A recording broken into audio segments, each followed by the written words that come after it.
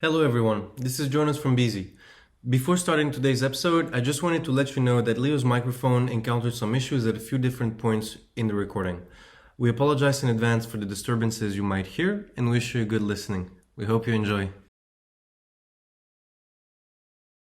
Hey guys, it's us again with the Beazy podcast. We are your hosts, Jack and Marcel. Our guest today is Leo. He is a 20-year-old cinematographer and photographer based in Berlin. And he actually done a lot of interesting work. So introduce yourself to our audience. Hi, I'm Leo. I've been in Berlin for 3 years now. I do photography and filmmaking mainly in the travel and outdoor industry. Over the past years, I've been building up my freelance business, working with outdoor brands. Trying to travel as much as possible. I get that. I've been very into landscape photography, but also videography. I've done a lot of travel films to start with. Now I've moved also into commercials and documentary, where I ultimately want to go. So you're on the way already. Yeah, definitely. Yeah. And also the first, or do you wanna? No, sure. You're from Berlin, or you just moved 3 years ago, right? Oh no, so where are you from originally, I was born in Hanover, Okay. but I have a French mother, and when I was 7, I actually moved to Brussels in Belgium, Wow. and I grew up there. Okay. So I only moved to Berlin 3 years ago. Yeah. Great. And how do you like it so far? Yeah, that's what I want to ask. Stole it. Why Berlin? No, I love Berlin. It's a Yeah. great place to be, especially as a creative. It's just free. And also like a lot of other creators here, so it's easy Exactly. to network. Absolutely, yeah. And I think also as a freelancer, like all the brands are in town, so it's easier to get a job here than in like a small town or something like this. I guess so, yeah, definitely. I mean, I haven't had that much local work here in Berlin, but there's definitely more potential here than in other cities, I guess, especially in Definitely. small cities where there's not a lot happening. Yeah. And how did you get into photography? And how did you find your niche? Did you experiment with the other niches before, or was it travel from the beginning for you? So actually, it was travel that got me into photo and film. Great. Because right after graduating high school, I went traveling for 3 months to Southeast Asia, and I actually had a little camera. I think it was the Sony A5100. I still have it somewhere, but it was my first camera. And you see amazing places. You want to keep the memory of it, and then you start to enjoy the process of keeping the memory, which is taking photos or videos. I enjoyed doing it a lot, and then I did it more and more, and I looked up tutorials and started following other creatives on Instagram that were also doing landscape photography, looked at their style, slowly I got better and better, I guess. And I'm still in the process. I think the creative process never stops. For sure, And then slowly I developed, I guess, a kind of style, which may still change. So I think style is always just temporal. And art has to change. It has to change. You have to adapt to everything that is coming new, thrown at you. Yeah. Exactly. So that's. And then videography, you just started afterwards, or with the first camera you did both at once, or how did this came to you? So it kind of came at the same time, because back then, before traveling, I actually I watched all these. I wanted to know where I was going, so I watched all these travel vlogs on YouTube. So I already saw that people were kind of doing this travel vlogs, travel films. So one day I stumbled up on Sam Calder and saw his videos. I was like, oh damn, that's pretty cool. Sure. And so I watched different people on YouTube, and I was like, why not try this myself? And actually, right after doing 3 months in Southeast Asia, I was in China for 6 months, Oh wow. Okay. learning the language. I was in an intensive course. And how did that go? And so actually, I did the equivalent of a B2 Wow, okay. test In 6 months. in Mandarin. Yeah, it was very intensive and very good. And I had done some Chinese before, but I didn't learn a lot because. So you two can communicate? No, he's a B2, so Because he also lived in China. A0. No, I was a B2. I don't think I am. Anyways, in my time in China, I also traveled around a lot with a friend, and I started filming it as well. Sadly, I lost the hard drive. So Damn, I never yeah. made a film out of it. It probably would have been very bad anyways, but Yeah, but the experience you still. but yeah, proud so of. Exactly, yeah. so I kind of started filming my travels as well, and yeah, that's how it started. And now, what do you enjoy more? It's like, do you enjoy more videography or photography, or is it like up on your mood, or? I think I enjoy both just as much. Obviously, videography is like when you plan to make a film, it's a lot more involvement and Yeah, and also if you want to edit it afterwards. exactly. Like you need to be sure about what you're doing. Like snapping a photo, you can do it kind of on the side sometimes. You know, even when you're traveling with family or something, you can just have your camera with you.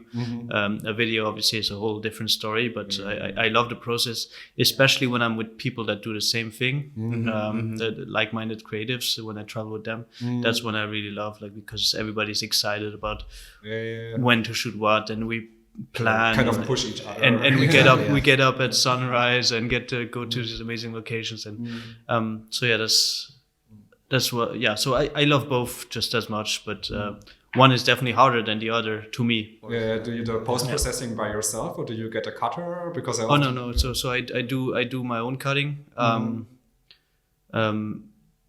Most of the time, actually, if I'm shooting in a with multiple people, obviously I'm not always the one that cuts, but when I'm shooting my own films, I also do my own edit, and I have a love-hate relationship with the edit because I love editing, but sometimes I just get these, especially on shoots that are like really travel videos where you have tons of footage, hours of hours, and hours you of have to get hours. Like 10 minutes out of it, or exactly, something. or even 3 minutes.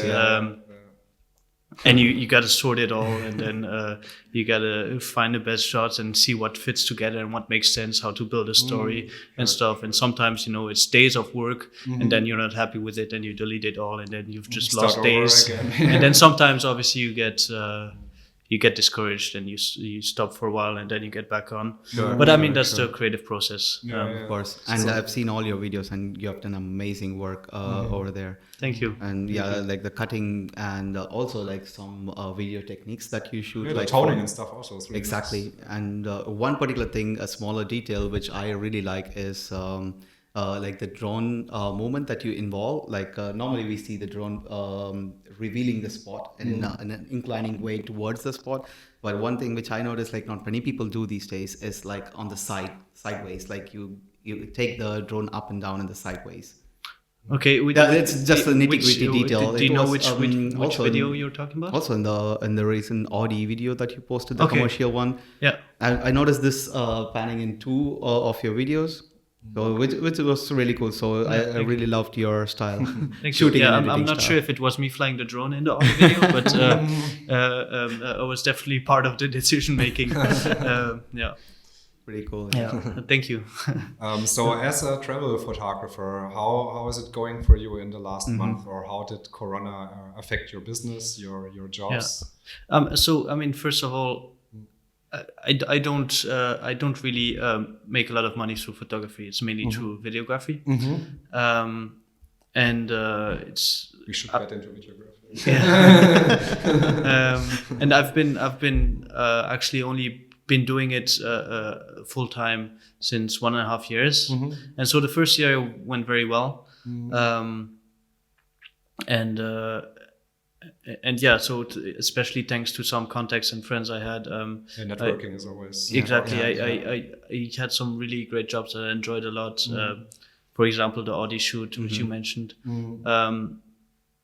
But yeah, Corona has been hard. I've had 2 jobs back in July, ever since it's been kind of slow, especially in the travel niche. So sure, yeah. obviously it forces me to adapt and to try other things. For example, now I know it's really hard to get jobs in the travel industry. Yeah. So I try other things. For example, I have a shoot lined up with a vegan burger restaurant chain here in Berlin, where I'm gonna do food film and photography for the Nothing first is time, bad, right? which Yeah. is something new to me. But I think in these times you gotta adapt and just try other things. And I think trying new things is always good. Exactly, you know? and so also during my studies, I did a lot of I worked a lot on bigger film sets, and I did a lot of lighting, gaffer work, and so I'm doing a bit of that now again. For example, tomorrow I'll be a lighting guy on a ZDF shoot, which is something I haven't done in a while, but I'm getting back into now because I've got all this time to think about now that I have less work about what I could do, and I'm also getting back into other interests that I enjoyed and trying new things. So I guess Corona in a way motivated me to actually try different things. And For a lot of people, actually, it is Yeah. definitely sad for travel photographers. But during this time, many people realize that, okay, maybe it's a chance for them to learn something new or adapt to To something. change everything. Exactly, exactly. Yeah. And now we've been also in the travel industry. Yeah, So yeah. I started as a freelancer in December last year, and we had like contracts with hotels and stuff, but everything broke in March. And so I also had to adopt and change my whole business. And I went now to architecture photography, and I'm building websites on the side, and also doing a little bit of social media strategy stuff. Yeah. And in the beginning, I was just hating Corona, and I was like, okay, I can't travel and stuff. And now it's like all of this brought me somewhere else where I'm actually enjoy to be. So I think it's always pros and cons, you know. Yeah. So even when the restrictions are hard, you got more time to think what do I want, where can I work on all of this stuff. Yeah. Absolutely. Yeah. Tell us about any of the projects that you have worked which really excited you, or what is of your particular favorite? My favorites. I mean, I shot a travel film for in Jordan. That was a personal project. When was it? 1.5 years ago, maybe. That was actually at the end of my studies. Okay. It was my diploma project, and I went to Jordan for 10 days and shot a film there completely on my own. First of all, the country is amazing. It's absolutely beautiful, and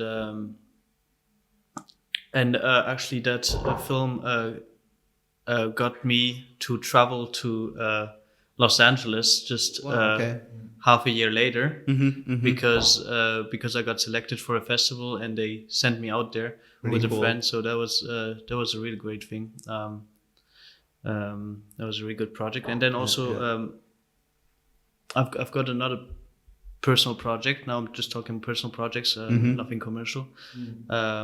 That I've shot back in February, just before Corona hit. I went to Indonesia for 10 days with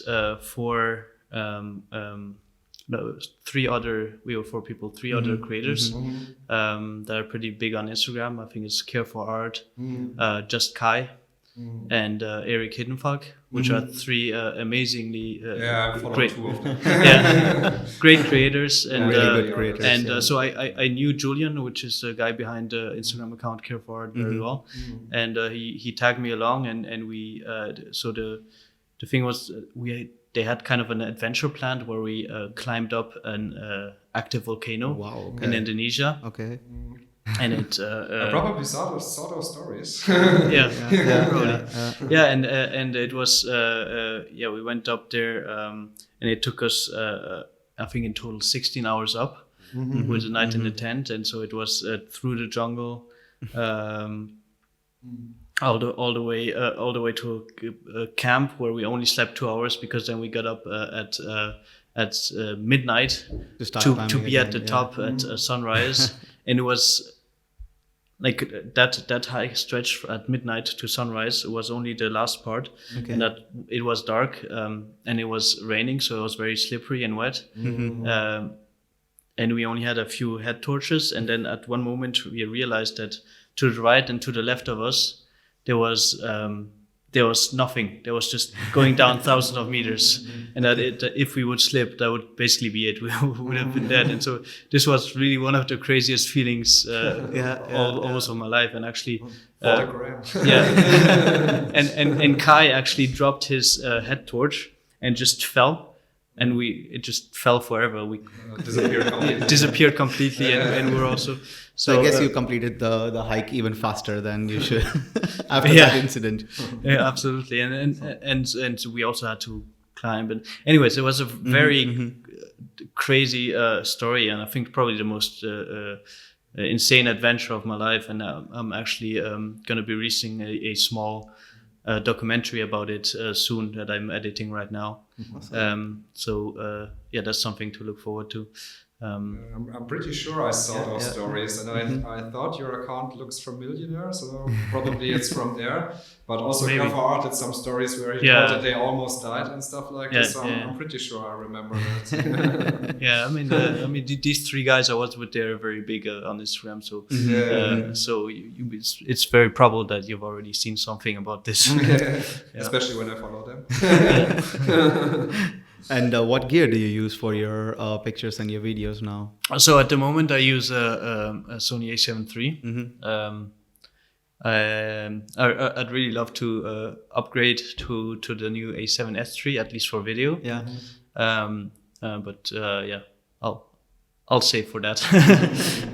Not yet, anyways. And I also use a gimbal, which is the old Geon Crane 2. It's already been out for a while, but it's still working well. I actually rent many lenses. I have because I only have one lens, and I stick because I never can decide which lens to buy. But yeah, so I use the Tamron 28-75 2.8, which is a really great lens. I really love it. And and for many projects, I rent gear. I've also rented other cameras when needed, be it a Blackmagic pocket camera for video or something like that when I need it. When I need a just a bit better quality. And so it always depends. I've also shot with Canon of friends before. I mean, I have my own gear, but I rent and lend a lot of stuff. So we also. Also, we also have our gear, but when we need something, I think it's the best way to go when you have like one job. Why to buy like a Magic camera? Yeah, exactly. True. Yeah, and luckily we got Beazy. So shout out to Beazy. Little plug. They got Magic cameras. What are your long-term goals with your videography and your photography, with your art? Where are you heading to? So as I said, I really want to move more into documentary. So like Nat Geo stuff, or for example, I mean that would be amazing, obviously. For every creator, yes. But in the long term, I really want to create documentaries that really make a change and that promote awareness and really have good messages to make people think and I mean change the world. Exactly. I mean, it sounds cheesy, but change the world. I believe in that. Sure. And so just to really have an impact with my world, a positive impact, because obviously you can create beautiful imagery and people are going to enjoy it, but how do you really change something? I mean, I'm still young. I've still got a lot of time to achieve that goal, but it's good that you're already working on that, and you already set that goal. And as a matter of fact, I'm already working. I'm the DOP, the cameraman on a documentary about sustainable fashion. Cool. Okay. It's called Green Tag. It should have been shot in April in India. Sadly, that didn't happen, and it's been postponed. We don't know when it's going to happen yet because the situation. Do you know any details which part of India the shoot is going to happen? So right, you're from India. Yeah, exactly. Okay. So we'll probably. I think I don't know the exact itinerary. You should probably ask the producer for that. But I think we're starting in Kolkata. Okay. And then we're kind of going down the coast, the east coast. Yeah. I don't know what the second location was called. Okay. And we're going all the way down to Auroville. That's where I come from. Almost close to where I really? come from. Yeah. Yeah, because apparently in Auroville there's many French nationalities. Like it's famous for its French nationality population yeah, there. and also there's a lot of initiatives, sustainable initiatives that we wanted to feature in the documentary. But that documentary has been postponed for now. We've already shot a few interviews and whatnot at the Sustainable Fashion Fair in January here in Berlin. So that's already a first step towards that direction. Other than that, it's a project I can't talk too much about, but there's also a documentary series that is planned where I'll also be the cameraman, where we'll start shooting in December in the Swedish Lapland. Oh, nice. Oh wow. Okay. Cool. So that's also should be, if it works out, it'll be a very big project that'll probably go on for years. That's amazing. Yeah, but I can't talk too much about it yet, but stay tuned. No, let's switch the camera off so we can get the details. And where do you get your jobs from? Is there like an agency, or people, clients are reaching out to you, or how is it working? Okay, so for as I said, I've only been doing this professionally for about 1.5 years. And at first I was in contact with two production companies that really liked my work and that had clients of their own, where they sent me. But this was less in the travel industry. This was more locally here in Berlin. Different projects, startups, interviews. Also some commercials stuff, and then I also had clients reach out directly to me. For example, a client of mine was a very known on Instagram, Suspicious Antwerp, where I did a little film for their YouTube about a Red Bull cliff diver, which I shot in Austria. That was quite fun. And then one very big contact for me was the guy I already talked about, Julian, who is behind the account of at Care for Art on Instagram. And so we met last year at the ITB, at the travel conference here in Berlin, and he took me with him on a little trip to the Sächsische Schweiz in May last year, and we got along very well. And then we did a few projects together. For example, a project for Audi, the Indonesia project where he took me along, and also for one for HP and Mammut, which I just did beginning of summer. So thanks to him, I also got work with especially bigger brands. So it's all about the networking, for sure, mostly. Sure. So that's about it for now. But do you have any long-term contracts or returning customers for now, or is it like every time something new, or how is your normal workflow? I had let's say a returning customer that kind of got got killed by Corona. I won't say a name but no, I guess like we are all in the sales in those situations. So this is over for now at least. I did something almost monthly for them. But other than that, it's mostly new. But I think it would be great to have more of that, definitely, because it gives you some kind of security, especially as a freelancer. But I also think it's always nice to have new things, then because you can try out a lot, you learn a lot, and there are new people. So I think a mix of both. Definitely. Yeah. It's cool. Yeah, one thing we wanted to ask, or I'm sure like Marcel also has the same thought. For sure. That like when you're on the spot, like, and when you want to take pictures and videos, like how do you divide your working structure? Either do you take a lot of pictures in between your videos, or like when we do it, like we kind of switch. Always a bit of a struggle when you're starting, especially to start making only pictures and then start to do videos. We get anyone would get confused, like, okay, what to do first, or how does your workload look like? You mean if I want to do video and photo at Exactly, the same time? I just try to divide my time. Mostly, I mean, if I see something amazing that I absolutely want a picture of, I take my camera and take a picture. Luckily enough, for example, the A7 III I shoot with can do both. But yeah, often I've got it on the gimbal, for example, about to shoot video, and then I need to take a picture, and then if I really need to get that picture, I'll just hold the gimbal weirdly and take a picture. I mean, it's always different. Sometimes I just say, today I just won't take pictures. Let's focus on video, even though this looks amazing. Sure. This is about video right now. Or sometimes I'm just like, okay, do I really need this shot, or do I rather get pictures? It really depends on the situation. There's no rule there I follow. And we thought we can get some direction. Well, it gets. Let's say if I'm just shooting handheld, then obviously it's very easy.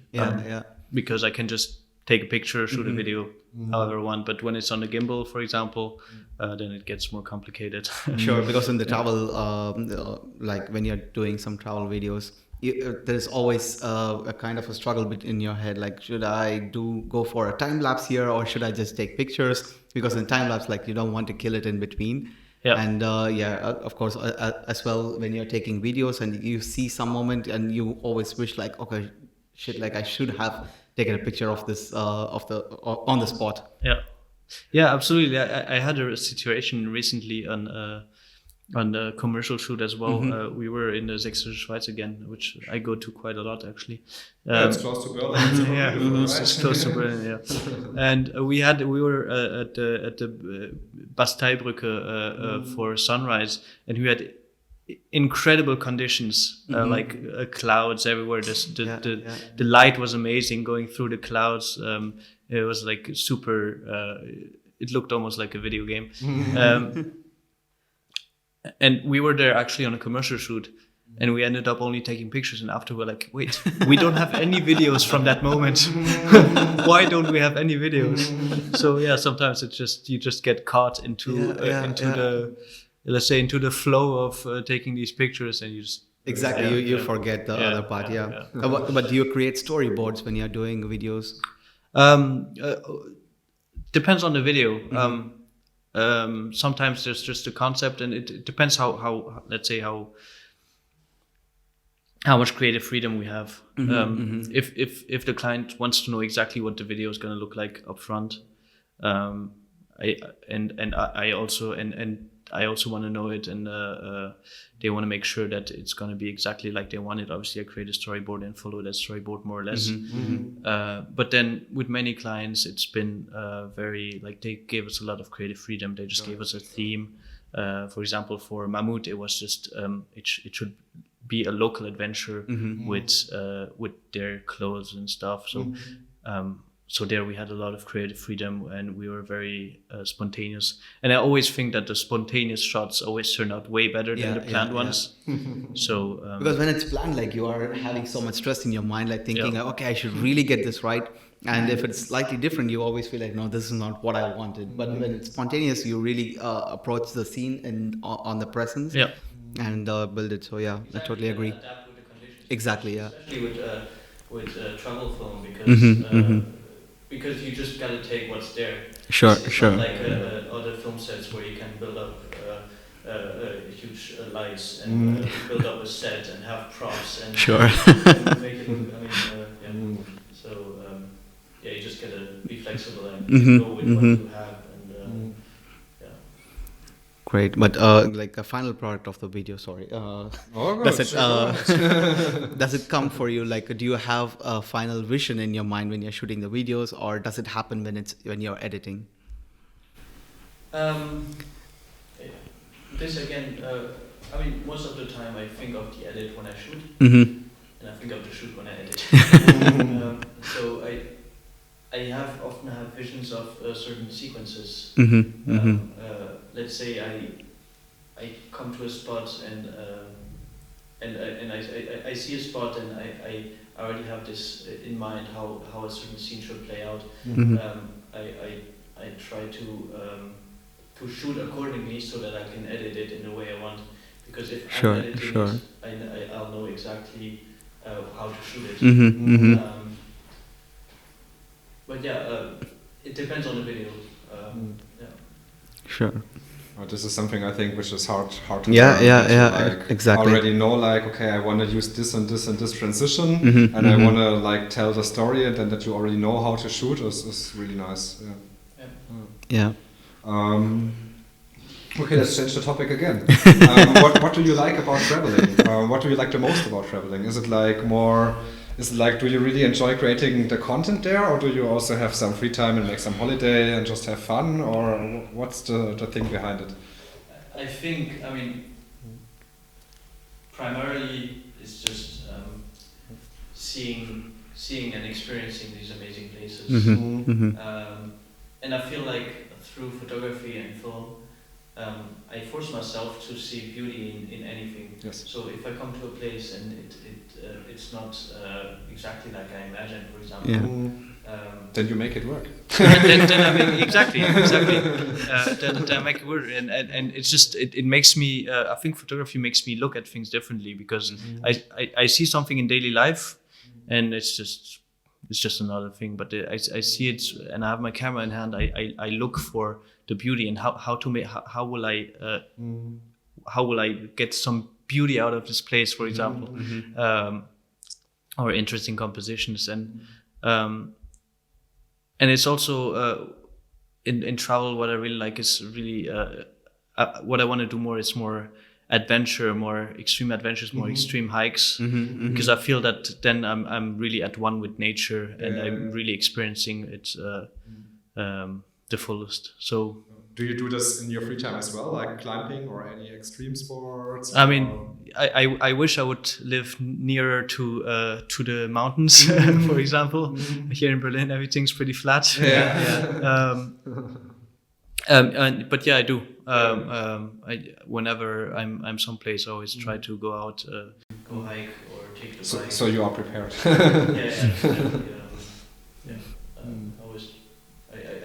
This is just what I love doing most. Just being somewhere amazing with a camera. And also for fun or for a client. And also you can show it afterwards and invite people to the place and show them how you saw it. And how much do you travel normally? Is it like 5 trips a year, 10 trips, 20? Like what's average? I wouldn't say there's an average yet because I haven't done this long enough. But for example, last year I did maybe 5 trips, 5 trips a year, 5, 6. This year obviously has been difficult. No, even if you travel, don't tell it. So I can comment on this year. But yeah, I would say 5, 6. And also, I think what I want to do more in the future is travel slower. Because I feel like sometimes, especially with when you have video projects or something, you arrive to a place, you shoot it, you leave. And traveling for me is also really experiencing a place, and I think to really experience a place, to get connected with the culture and stuff, you need to spend time there. And so I think that's what I want to do more in the future, is just really, obviously it needs to work financially, but really spend time at one place and also really take it in. Experiences. Exactly, and I think this way I could also tell deeper stories through my work. Yeah, I think you get like more or other inspiration. Exactly. When you do it like this. Exactly. I also noticed that you pretty much changed your style. Like you were into travel content before, and then became like city content from mostly Berlin, and then once again like outdoors. Yeah, well, that's mainly connected to my circumstances. While I was studying, I wasn't traveling a lot, so I did. I did a lot of. I was just walking around cities. I Also, I mean, on my Instagram, you can see mostly landscape photography, Yeah, maybe yeah. some city back in the days. But for example, I also really enjoy doing portraits. I just haven't shared them that much. I'm I'm open to trying other things. Yeah, yeah. I think maybe I have one style that I show, but I think in the back I have many different things that I do. Maybe I should share them more. But Definitely, yeah. I like to try different things and yeah, just get to know everything so that I really can pick. Sure. Okay, this is what I like. This is what I don't like. Anything you didn't like so far? Like corporate headshots.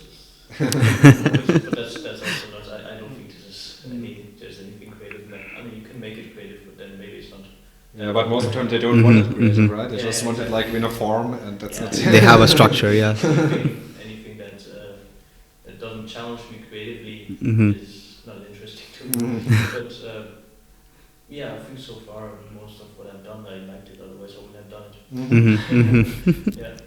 Pretty cool. Yeah, for editing, like what kind of softwares do you use mostly? I use the Adobe Suite, so Lightroom, Photoshop. Do you mean photo editing? Or Both, yeah. Premiere? Premiere. Premiere, After Effects, and also Yeah. DaVinci. I really enjoyed collaborating recently. Okay. In DaVinci, Yeah, I've heard pretty good reviews about DaVinci. Is it intuitive to use similar? Yeah. I mean, especially if you edit a lot of photos, for example, like I did, like you guys also do, I guess. And then I think it's also very easy to get into. Yeah, So yeah. controls are similar. There's some differences, but I think it's actually very intuitive. And there's also some very advanced mask options where you can really just edit just a part of the video. Sure, and sure. It tracks it, and yeah, so much better than editing color in Premiere Pro, for example. Sure, okay. I really enjoyed DaVinci, and the fact that it's free. Yeah, exactly, yeah. Exactly. Write this down. No, when it came out, like a lot of people were making fun, like, I okay. heard it lately somewhere on the internet, yeah. but I never heard No, of it. many people were making fun, like, no, come on, this can never not replace Premiere Pro, but When it's for free, what the heck? exactly. But actually, feature-wise, like, also heard that it's providing more than enough for a free software. Yeah, so actually, I mean, it's mainly known for color grading, but Yeah. it actually does everything. It also has a fusion part, which I think is the After Effects equivalent, and then it has normal editing. I haven't tried yet to edit the video on there, just because I'm so used to Premiere Pro. Yeah. It's hard to make the switch, but I've heard people telling good stuff about it. But what is your opinion about, like, now these days there are also a lot of smartphone apps which can do like a basic edit pretty well? I've never tried that. Yeah. I've always stayed away from that, so I never tried it, so I can't really formulate an opinion. Yeah. Especially the transitions, for example, when I started to look into tutorials for transitions for a video in Premiere Pro, I always felt like, oh no, like for this one step I have to do so Why much. can't you just make one click? Exactly.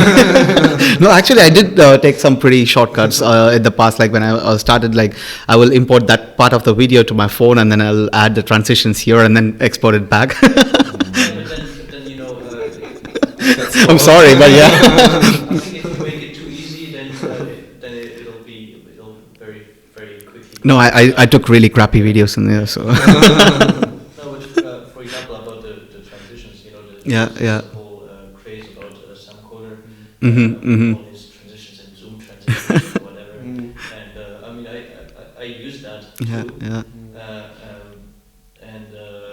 And by now I think it's been way too overused, and also I think with every video I learn something new. So and now I feel like in some of my videos, being self-critical, it also took away from the story. It was just maybe too much, all these transitions and trying to not show a cut. So now when I'm editing, for example, on my new documentary, I don't think I have any just straight cuts because I'm focusing on the story. Sure. I think those transitions, No, but if they're used well, they can be very beneficial. Definitely. But it should not be too much, But right? it shouldn't be too much, and it should always have a purpose. It should always help the story or just help the flow Mhm, and not mhm. just be done as a highlight. Sure, sure. Because I think as soon as you start to notice the edit too much, Mhm. the story kind of fades out. Yeah. Sure, sure. So, But it's a very interesting point that those transitions has been overused in the past, and now people are preferring something slow paced or straight cuts, as you mentioned. Yeah, I always feel like too much transition is super stressful. Yeah, It's like yeah, feels yeah. like it warps you here and there. It's just like I don't know why just don't do a few and then tell the rest. You know. I believe you didn't use TikTok in the last few months. I never use it. been guilty of that definitely. The films of mine Mhm. that are just full of transitions. And I spent so many hours on them. I couldn't. Sure, sure. Yeah. Yeah, because still I think like this is still a trend in TikTok, like 15 seconds and you see at least 50 transitions in I'm that sure 50. the 12-year-old kids like it Yeah. because they need a lot of action. Yeah. Well, I mean, I haven't used TikTok at all. I tried it for 3 weeks, but I never got What? into it. Like, which world are you guys living in? I don't know. I just feel like okay, I've got Instagram Yeah. as an addiction. I've got YouTube as an addiction. Mhm. All these social media, I don't need one more. Just try to have the less temptation as possible. Yeah, sure. I agree. But recently with Instagram as well, like they are pushing the reels as a lot, so it is almost like having a part TikTok on your hand. You can't escape it. Yeah, exactly. But I found out when all the dancing idiots, when I press on I don't want to see that content anymore, it stops. Yeah. Now I don't see Yeah, them yeah, anymore. yeah, I did yeah. it for 2 weeks and now I don't see them anymore. See, you spent 2 weeks. Yeah, to block To them clear out, that, yeah. out of my feed. Yeah.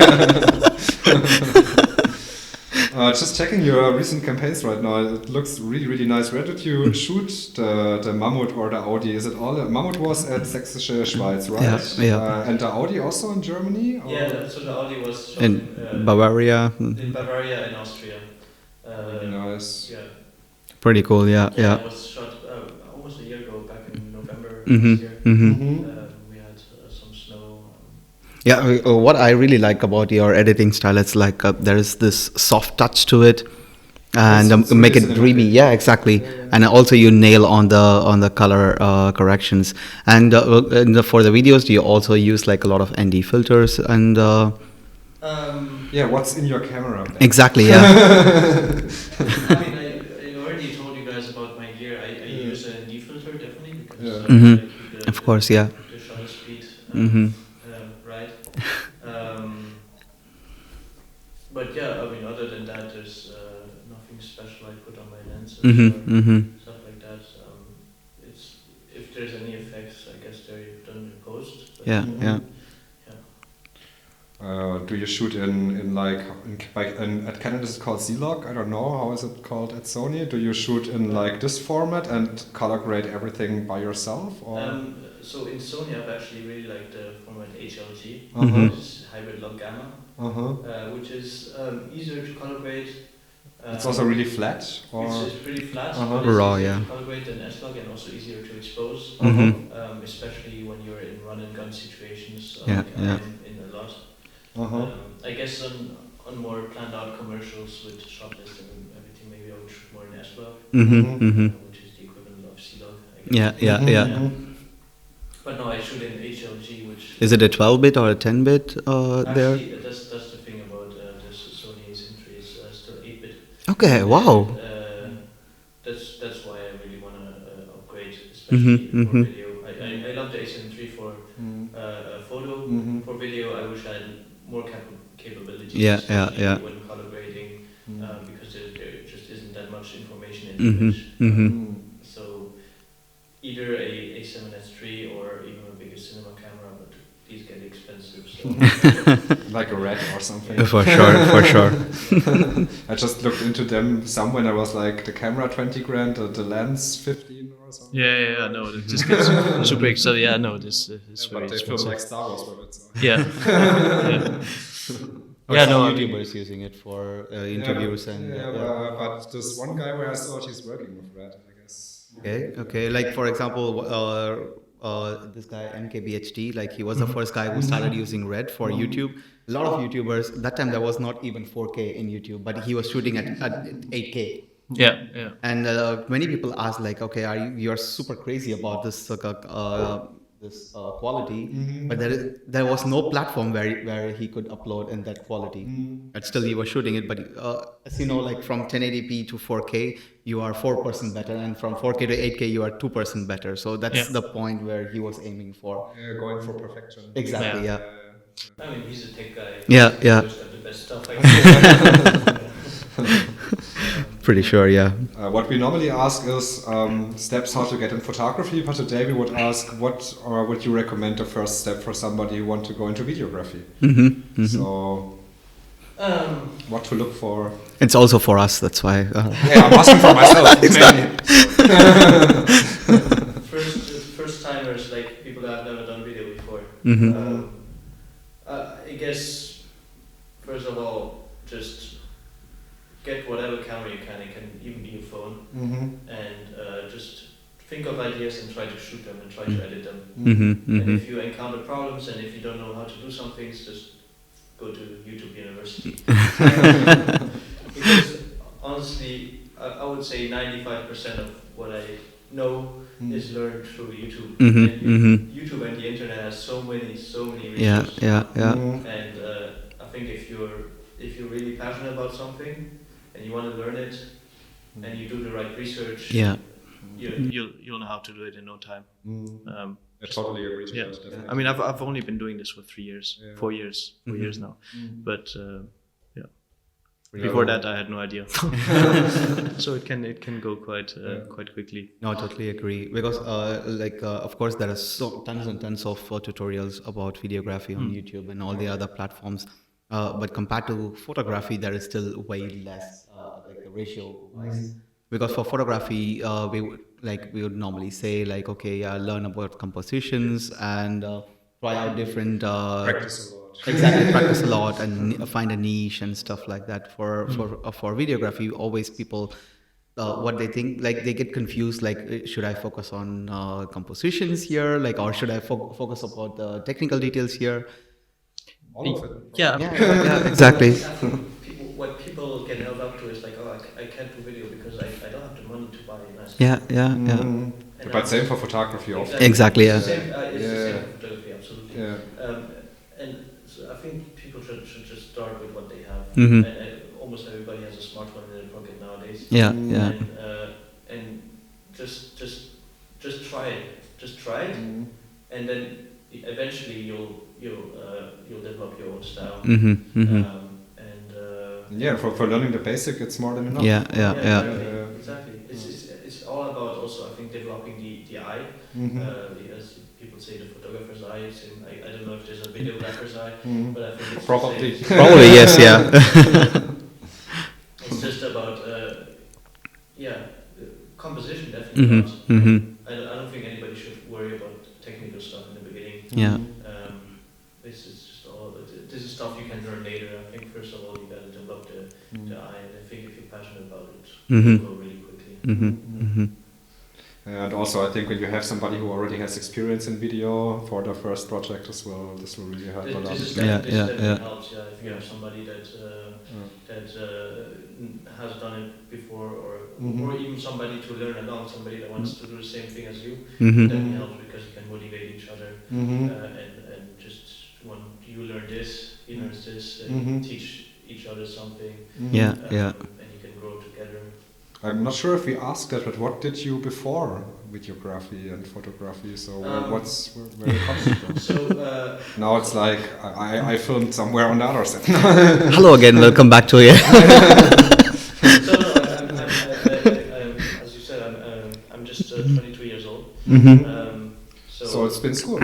So it was cool. Yeah, I did a gap year where I traveled a lot. As I said, after school, I had no idea what I wanted to do. I traveled to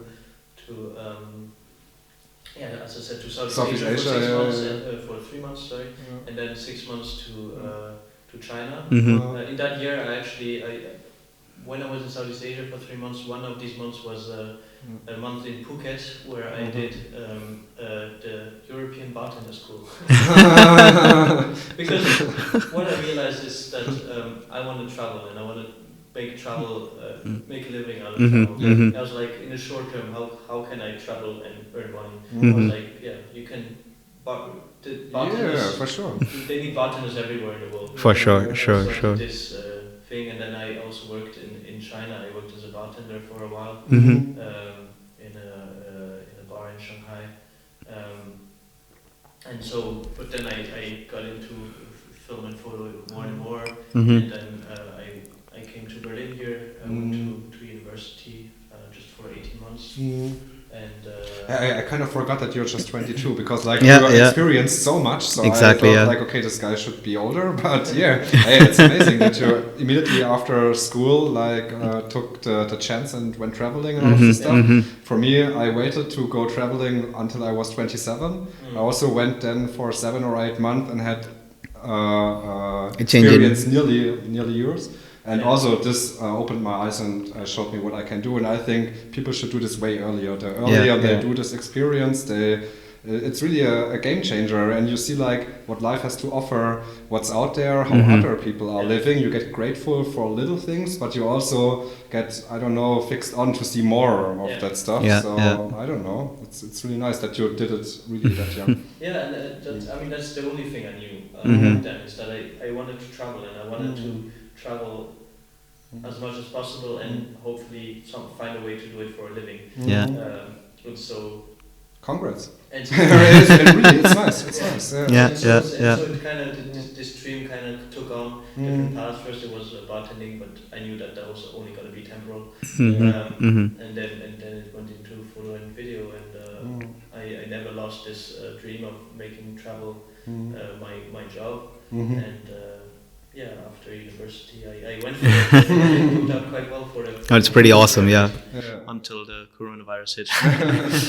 But you still adapted to it, and it's still working. Absolutely. I think it's been a few slow months, but I think it'll pick up very soon. Yeah. Exactly. No matter which niche. The good thing is everybody's in the same situation, so so we can all slow down and pick back up together. Yeah, for sure. Yeah. Any upcoming projects you want to share here today or promote maybe a little bit? So I already talked about I think 2 of them. So one is the documentary about the Indonesia volcano adventure, which I really recommend watching when it's coming. Thank you. I just saw some clips and it looked really interesting. That one will be a big one, at least for me, because I think it's a new style. And very different to what I've done before. And then there's this other documentary series project, which I said I can't talk too much about, but that's going to be that's going to be very interesting. But it's still in the beginning stages, that one. And where can people find your work if they're looking for it? Video work would be on my website. Actually, all my work can be found on my website, which is leosaller.com, leosa2ler.com.